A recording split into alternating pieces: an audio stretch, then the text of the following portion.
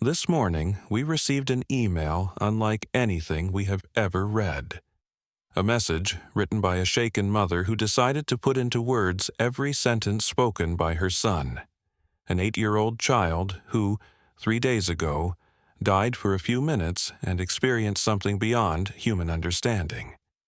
The mother transcribed everything with trembling hands, word by word, because what her son saw, and what he was told, concerns every single one of us. And now, we will read it to you exactly as it was written. My name is Jacob, and I am only 8 years old. But what happened to me 3 days ago on November 27th has changed everything. I thought I knew about life, about God, and about what's coming to our world very soon.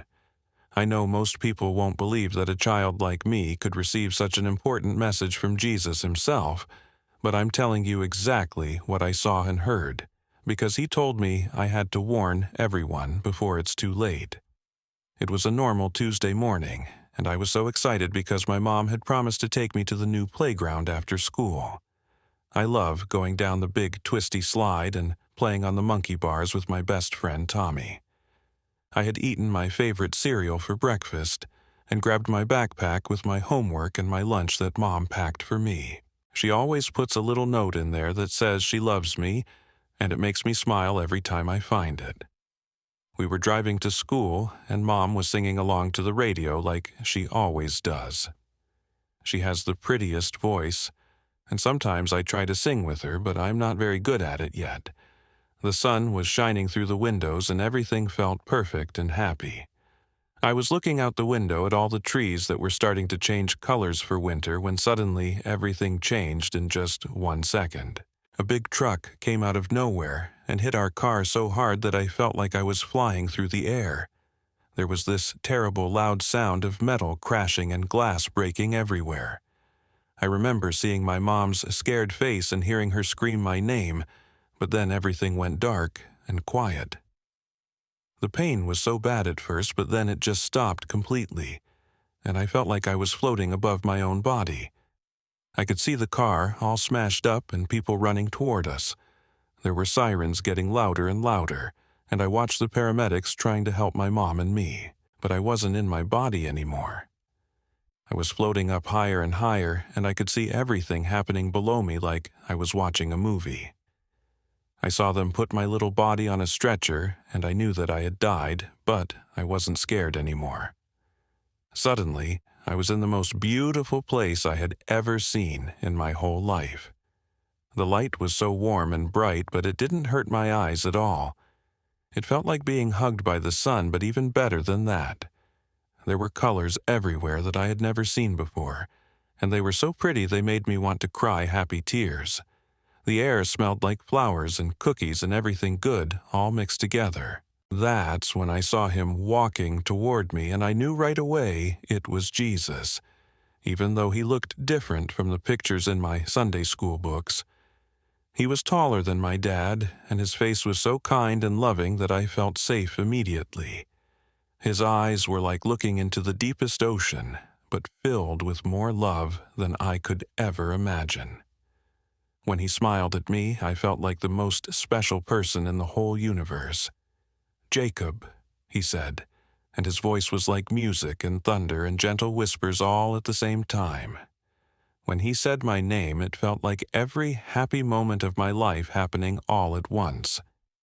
"I have brought you here because there is something very important that my children need to know. Something is coming in December that will test the faith of everyone on earth, and I need you to warn them." I wanted to ask him so many questions, but somehow I just knew that I needed to listen carefully to everything he was going to show me. He took my hand, and suddenly we were standing high above the earth, and I could see everything happening all around the world. It was like having the best view ever from way up in the clouds. Jesus showed me something that made my heart feel very sad and scared. I saw people getting sick with a terrible disease that was spreading everywhere. It started in places far away, but then it came to America and Europe and every country I could see. People were coughing and having trouble breathing, and many of them were dying. The hospitals were so full that there wasn't room for everyone who needed help. Then I saw something that looked like good news, but Jesus told me it was actually a trap. Important people on television were announcing that they had found a special medicine that would cure the sickness and protect everyone from getting it. They called it a miracle cure and said that everyone in the world needed to take it right away to be safe. I watched as long lines of people formed everywhere to get this medicine. They were so happy and relieved, thinking that they would finally be protected from the terrible disease. Parents were bringing their children, and grandparents were coming with their families. Everyone trusted that this medicine would save them because the smartest doctors and scientists in the world were all saying it was good. But Jesus showed me what was really happening behind what people could see. There were dark angels, evil spirits that looked like shadows with glowing red eyes, and they were whispering lies into people's ears. They were making people believe that this medicine was their salvation when it was actually something very dangerous that would hurt them instead of help them. The medicine wasn't really medicine at all, Jesus explained to me. It was poison that had been made to look like something good. The people who created it wanted to hurt many people, but they disguised it as something that would help them. This is how the enemy always works, he told me. He makes evil look like good, and lies look like truth. I saw that the medicine had something else in it too, something that would change people's hearts and minds so they couldn't hear God's voice anymore. It would make them forget about loving Jesus and following his teachings. They would still be able to talk and walk around, but the most important part of them, their connection to God, would be broken forever. Jesus showed me that this would happen right before Christmas in December. He said that many people who love him would be tricked into taking this medicine because they would be scared of getting sick and dying. Even some pastors and church leaders would tell their people to take it because they would think it was the right thing to do to protect everyone. But he also showed me that he would warn his true followers in special ways. Some would have dreams that told them not to take the medicine. Others would feel a strong feeling in their hearts that something was wrong. And some children like me would be given visions to warn their families and friends. "This is why I brought you here, Jacob," Jesus said to me with tears in his beautiful eyes. Children have pure hearts that can hear my voice clearly. Adults sometimes ignore my warnings because they think they know better, or because they are afraid of what other people will think. But children believe with simple faith, and they are not ashamed to share what I tell them. He showed me what would happen to the people who refused to take the medicine. They would be made fun of and called crazy. Some would lose their jobs or not be allowed to go to stores or schools. It would be very hard for them, and they would feel alone and scared. But Jesus told me that he would protect them and provide everything they needed. I also saw that many people would die after taking the medicine, not right away, but after several days. Their families would be so sad and confused because they thought the medicine was supposed to save them. The whole world would be filled with crying and sadness like never before. But then, Jesus showed me something wonderful that made me feel hopeful again. He revealed that this terrible time would only last for a short while, and then he would come back to earth to save everyone who had stayed faithful to him. The people who had refused the medicine and trusted in him instead would be rewarded for their faith and courage. "Young Jacob," he said as he knelt down to look directly into my eyes, "you must go back and tell everyone what you have seen. Tell them that December will bring a great test of faith. Tell them not to trust in medicine or doctors or government leaders more than they trust in me. Tell them to pray and ask me what to do when the time comes. Most importantly, tell them that I love them so much that I am warning them ahead of time so they can prepare their hearts." I felt his hands on my shoulders as he continued speaking, and his touch was warmer than any hug I had ever received from my mom or dad. "Jacob," he said, his voice becoming even more serious, "I need to show you exactly how this deception will unfold so you can warn people about what to watch for. The enemy is very clever, and he will make everything seem normal and helpful at first. Suddenly, we were standing in what looked like a big television studio with cameras and bright lights everywhere. I saw important-looking people in fancy suits sitting around a table, and they were talking very seriously about something. Jesus told me these were world leaders and health experts from different countries, and they were planning how to tell everyone about the medicine. I watched as they practiced what they would say to make people believe the medicine was safe and necessary. They talked about using famous people and trusted doctors to convince everyone. They even planned to have children on television talking about how the medicine had saved their families. But Jesus showed me that these were all lies designed to trick people into taking something dangerous. The scene changed, and now I could see inside hospitals where doctors were meeting in secret rooms. Some of these doctors knew the truth about what was really in the medicine, but they were being paid lots of money to stay quiet about it. Others genuinely believed they were helping people because they had been lied to by the people in charge. I saw one doctor who looked very sad and worried. He had discovered something terrible about the medicine, but when he tried to tell other doctors, they wouldn't listen to him. He was threatened and told that if he spoke out, he would lose his job and never be allowed to work as a doctor again. This made me feel very sorry for him because I could see he wanted to help people, but was scared of what would happen if he told the truth. Jesus then showed me something that made me understand why this was happening. He revealed that there were people who had been planning this for many years. These weren't just regular people who made mistakes, but people who had chosen to follow Satan instead of God. They wanted to hurt as many people as possible because they hated God and everyone he loved. I saw meetings in dark rooms where these evil people made their plans. They talked about reducing the number of people in the world because they thought there were too many of us. They didn't care that every person was precious to God and had a purpose for their life. They only cared about having more power and control over everyone else. But the most shocking thing Jesus showed me was that many of these evil people would not take the medicine themselves. They knew exactly how dangerous it was, so they would pretend to take it on television but actually inject themselves with something harmless. They would lie to everyone while protecting themselves from their own poison. The vision changed again, and I found myself looking at churches all over the world. I was so sad to see that many pastors and church leaders would encourage their congregations to take the medicine. They weren't evil people like the ones planning everything, but they had been fooled just like everyone else. They truly believed they were protecting their church families by telling them to trust the medicine. I watched one pastor giving a sermon where he said that taking the medicine was like loving your neighbor because it would prevent you from making others sick. He quoted Bible verses about caring for each other and said that refusing the medicine was selfish. Many people in the congregation nodded their heads and decided they would definitely take it because their pastor had told them it was the right thing to do. But Jesus showed me that there would also be some pastors who would feel something wrong in their spirits about the medicine. These faithful shepherds would warn their people to pray before making any decisions and to seek God's guidance above all else. Some of their church members would get angry with them for not encouraging everyone to take the medicine right away, but these pastors would stay strong in their conviction that something wasn't right.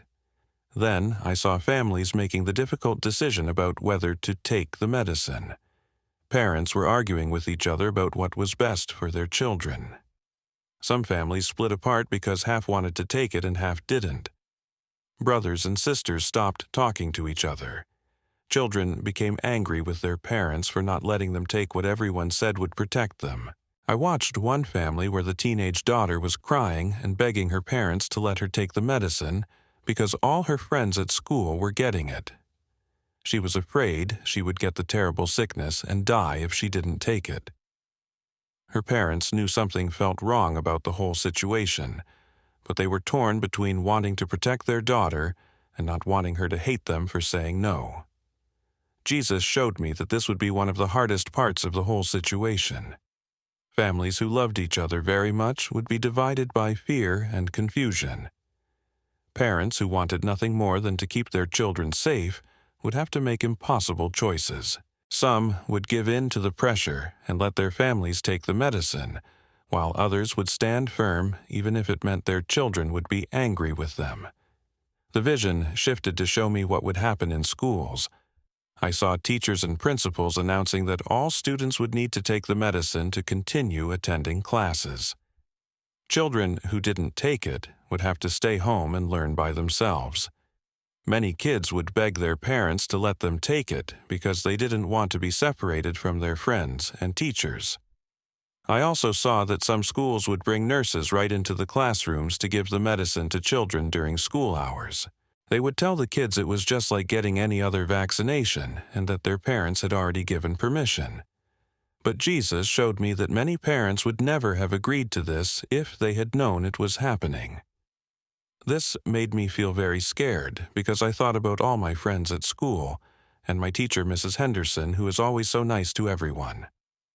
I didn't want any of them to take the dangerous medicine, but I knew that many of them would because they wouldn't know the truth about what it really was. Jesus must have seen how worried I was because he put his arm around me and said, "Do not be afraid, little one. I am showing you these things not to frighten you, but so you can help save those who will listen. Remember that I am more powerful than any evil plan, and I will protect those who trust in me completely." He then showed me something that gave me hope. I saw groups of people gathering together in homes to pray and support each other during this difficult time. These were families and friends who had decided to trust God instead of the medicine, and they were helping each other stay strong when everyone around them was calling them foolish or dangerous. In one house, I watched as a grandmother read Bible stories to her grandchildren while their parents were at work. She was teaching them about how God had protected his people throughout history. Even when things seemed impossible, the children listened with wide eyes as she told them about Daniel in the lion's den and the 3 men who wouldn't bow down to the golden statue. I saw another group of adults taking turns watching each other's children so everyone could go to work, even though they weren't allowed in many places without taking the medicine. They shared food and money with families who had lost their jobs for refusing to take it. Even though life was much harder for them, they had a peace and joy that the other people didn't have. Jesus smiled as we watched these faithful people caring for each other. "See how my love shines through them," he said. "When people choose to trust me instead of the world, I give them everything they need. They may lose their comfortable lives, but they gain something far more valuable. They keep their connection to me and their hope for eternity." The final part of the vision showed me what would happen after many people had taken the medicine and started getting sick. I saw hospitals overflowing with patients who were dying from the very medicine that was supposed to save them. Doctors and nurses were confused and frightened because nothing they tried would help these people get better. Families were crying as they watched their loved ones suffer and die. The sadness was so heavy that I could feel it in my chest like a weight pushing down on me. But even in this terrible time, Jesus showed me that some people would finally understand that they had been lied to, and they would turn to him for help and forgiveness. "Now it is time for you to return," Jesus said as the vision began to fade around us. "Remember everything I have shown you and share it with courage and love. Do not be discouraged when people don't believe you at first. Plant the seeds of truth and trust me to make them grow in the right hearts at the right time." The right time. I felt myself being pulled back toward earth, but before I could return to my body, Jesus showed me one final vision that would change how I understood everything he had revealed to me. We were standing in what looked like a beautiful garden, more perfect than any place I'd ever imagined, with flowers that seemed to glow with their own light and trees that reached up toward a golden sky. "Jacob," Jesus said as he knelt beside me one last time, "there is something else you must understand about what is coming. This test in December will reveal the true condition of people's hearts. Many who call themselves my followers will fail because they have never truly surrendered their lives to me. but others who have been far from me will turn to me in their desperation and find salvation. He showed me churches across America where pastors would stand before their congregations in early December, urging everyone to trust the new medicine that would soon be announced. I watched as these well-meaning leaders quoted scriptures about loving your neighbor and protecting the vulnerable, not realizing they were leading their flocks directly into danger. Their hearts were sincere, but they had been deceived by the enemy's carefully crafted lies. In one large church, I saw a pastor I recognized from television shows my grandma sometimes watched. He was holding up a small bottle of the medicine during his Sunday sermon, telling his thousands of members that God had provided this miracle cure through science and medicine. The congregation erupted in applause, and many people were crying tears of joy, believing their spiritual leader was guiding them towards safety and health. But Jesus revealed to me the spiritual reality behind what I was seeing. Dark shadows moved through the sanctuary, invisible to human eyes, whispering encouragement to every person who felt relief about the medicine. These demonic spirits were celebrating because they knew that many of these churchgoers would willingly accept something that would separate them from God forever. However, scattered throughout that same congregation, I saw individuals who felt a deep uneasiness in their spirits as the pastor spoke. These faithful believers couldn't explain why, but something felt wrong about the whole situation. I watched as some of them quietly left during the service, unable to shake the feeling that they needed to pray and seek God's guidance before making any decisions. The vision shifted to show me what would happen when the medicine was officially announced to the world on December 15th. I saw every television channel, radio station, and internet platform simultaneously broadcasting the same message. World leaders appeared together on screens everywhere, their faces grave but hopeful, as they explained that humanity's greatest medical breakthrough had finally arrived. They showed footage of the devastating disease spreading rapidly across continents, with hospitals overflowing and death tolls rising by the hour. The images were terrifying. People collapsing in the streets, families weeping over loved ones, entire cities under quarantine. The fear in people's hearts grew so intense that they would have accepted almost any solution, no matter how rushed or untested it seemed. Then came the announcement that changed everything. A distinguished doctor, flanked by officials from every major health organization in the world, held up a small vial containing silver-colored pills. He explained that these capsules contained revolutionary nanotechnology that would not only cure the disease, but prevent anyone from ever contracting it again. The medicine would be distributed freely to every person on Earth within 10 days. I watched as crowds gathered in city squares, cheering and embracing each other with relief. Social media exploded with messages of gratitude and hope.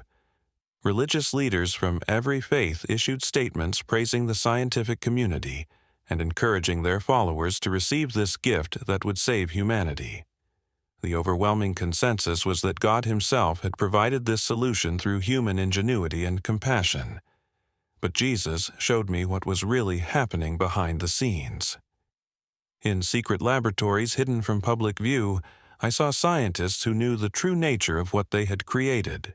These weren't healing medicines at all, but sophisticated delivery systems designed to alter human DNA and sever the spiritual connection between people and their Creator. The technology had been developed over decades, waiting for the perfect moment to be deployed on a global scale. Then, suddenly, I felt myself being pulled away from that terrible scene, drawn back through the darkness toward a distant light. The beautiful garden where Jesus and I had been standing faded away, and I could feel my spirit rushing back toward earth at incredible speed. The last thing I heard was His voice echoing through the heavens, reminding me that I must tell everyone what I had seen before December arrives. I gasped and opened my eyes to find myself lying in a hospital bed, surrounded by machines that were beeping and flashing. My whole body hurt and I could barely move, but my mind was perfectly clear. Every single detail of what Jesus had shown me was burned into my memory like it had just happened moments ago. I could still feel the warmth of his touch on my shoulders and hear his voice telling me to warn everyone about the great deception that was coming. The doctors said I had been unconscious for almost 2 full days, but for me, it felt like I had spent weeks in heaven learning the most important message of my entire life. They couldn't understand how I had survived such terrible injuries, or why I was speaking with such urgency about things that seemed impossible to their adult minds. But I know what I saw was real, more real than anything in this world. Jesus chose me, just a little 8-year-old boy, to deliver this warning because children's hearts are pure, and we believe without questioning. December is coming soon, and when that terrible disease appears, and they offer everyone the medicine that looks like salvation, please remember what I have told you. Trust Jesus more than any doctor or government leader. Pray before you make any decision. And know that He loves you so much He sent a child to warn you while there is still time to prepare your heart.